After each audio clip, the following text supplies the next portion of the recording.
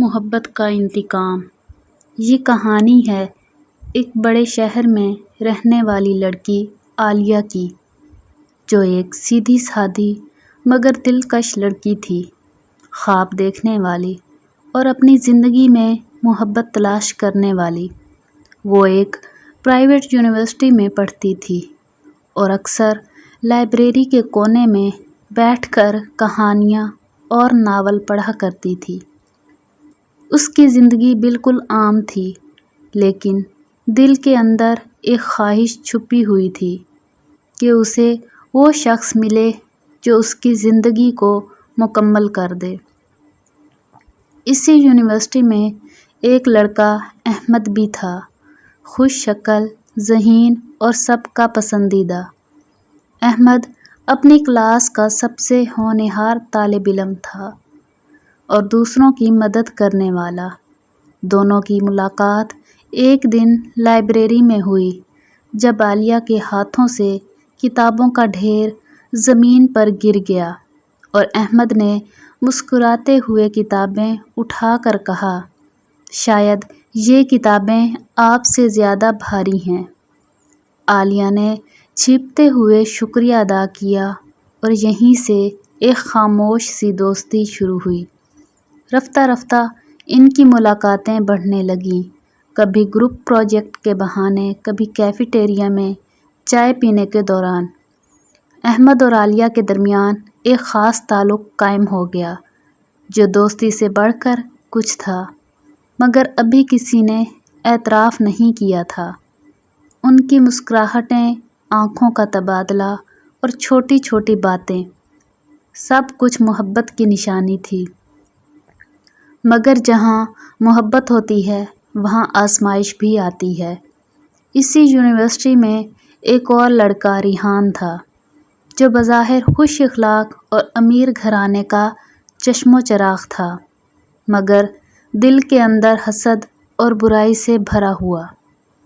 ریحان کو شروع دن سے عالیہ پسند تھی، مگر عالیہ نے کبھی اسے اہمیت نہیں دی، کیونکہ وہ جانتی تھی کہ ریحان کا کردار ٹھیک نہیں، اس کی عادتیں بری تھیں۔ پارٹیوں، شراب اور لڑائی جھگڑوں میں اس کا نام مشہور تھا۔ جب ریحان نے دیکھا کہ عالیہ اور احمد قریب آ رہے ہیں تو اس کے دل میں جلنے والی آگ اور بھڑک گئی۔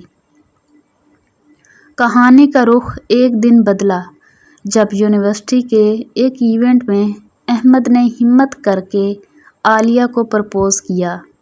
ساری محفل میں خاموشی چھا گئی۔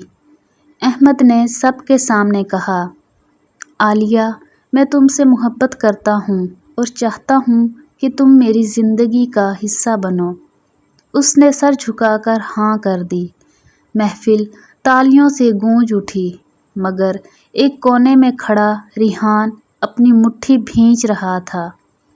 اس کی آنکھوں میں انتقام کی چنگاری جل اٹھی تھی۔ وہ دل ہی دل میں کہہ رہا تھا، "اگر وہ میری نہیں بن سکتی تو کسی کی نہیں بنے گی۔" اب کہانی میں سسپینس اور اندھیرا بڑھنے لگا۔ ریحان نے احمد کے خلاف سازشیں شروع کر دیں۔ اس نے احمد کے دوستوں میں غلط فہمیاں پیدا کیں، پروجیکٹ کے کاغذات میں ہیر پھیر کی، حتیٰ کہ احمد کی ساکھ خراب کرنے کے لیے جعلی تصاویر اور میسیج تک بنوائے۔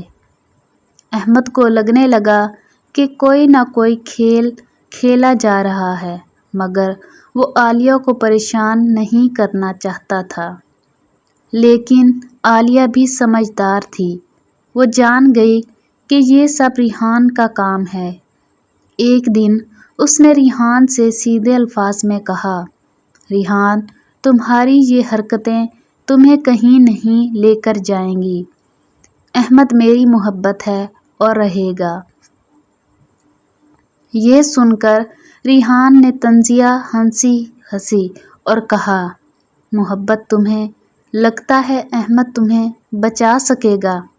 دیکھ لینا، تمہاری یہ محبت تمہیں برباد کر دے گی۔"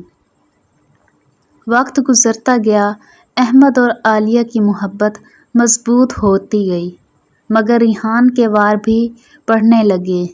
ایک دن احمد پر جھوٹا الزام لگا کے اس نے یونیورسٹی کے فنڈز میں گھپلا کیا۔ یہ سب ریحان کی چال تھی اور احمد کو معطلی کا سامنا کرنا پڑا۔ عالیہ نے اس مشکل وقت میں احمد کا ساتھ نہیں چھوڑا۔ اس نے کہا، احمد، میں تم پر یقین کرتی ہوں، یہ سب سازش ہے اور ہم مل کر اس کا مقابلہ کریں گے۔ یہ الفاظ احمد کے لیے حوصلہ تھے۔ دونوں نے سچ سامنے لانے کا فیصلہ کیا۔ کہانی کے اس موڑ پر ویلن کا اصل چہرہ سامنے آنے لگا۔ ایک رات احمد گھر واپس جا رہا تھا کہ اچانک کچھ نقاب پوش لڑکوں نے اس پر حملہ کیا، اسے زخمی کر کے اندھیرے میں چھوڑ گئے۔ یہ سب ریحان کی سازش تھی، مگر احمد بچ گیا۔ ہسپتال میں پڑے احمد نے عالیہ کا ہاتھ پکڑ کر کہا، اگر میں نہ رہا تو وعدہ کرو کہ تم اپنی زندگی برباد نہیں کرو گی۔ عالیہ کی آنکھوں سے آنسو بہہ نکلے۔ اس نے کہا، تمہیں کچھ نہیں ہوگا کیونکہ محبت کبھی ہارتی نہیں۔ عالیہ نے اپنی ہمت اور ذہانت سے ریحان کے تمام گناہوں کے ثبوت اکٹھے کر لیے۔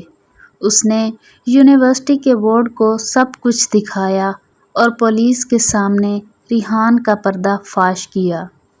ریحان کو گرفتار کر لیا گیا، مگر جاتے جاتے اس نے کہا، یہ کہانی ختم نہیں ہوئی۔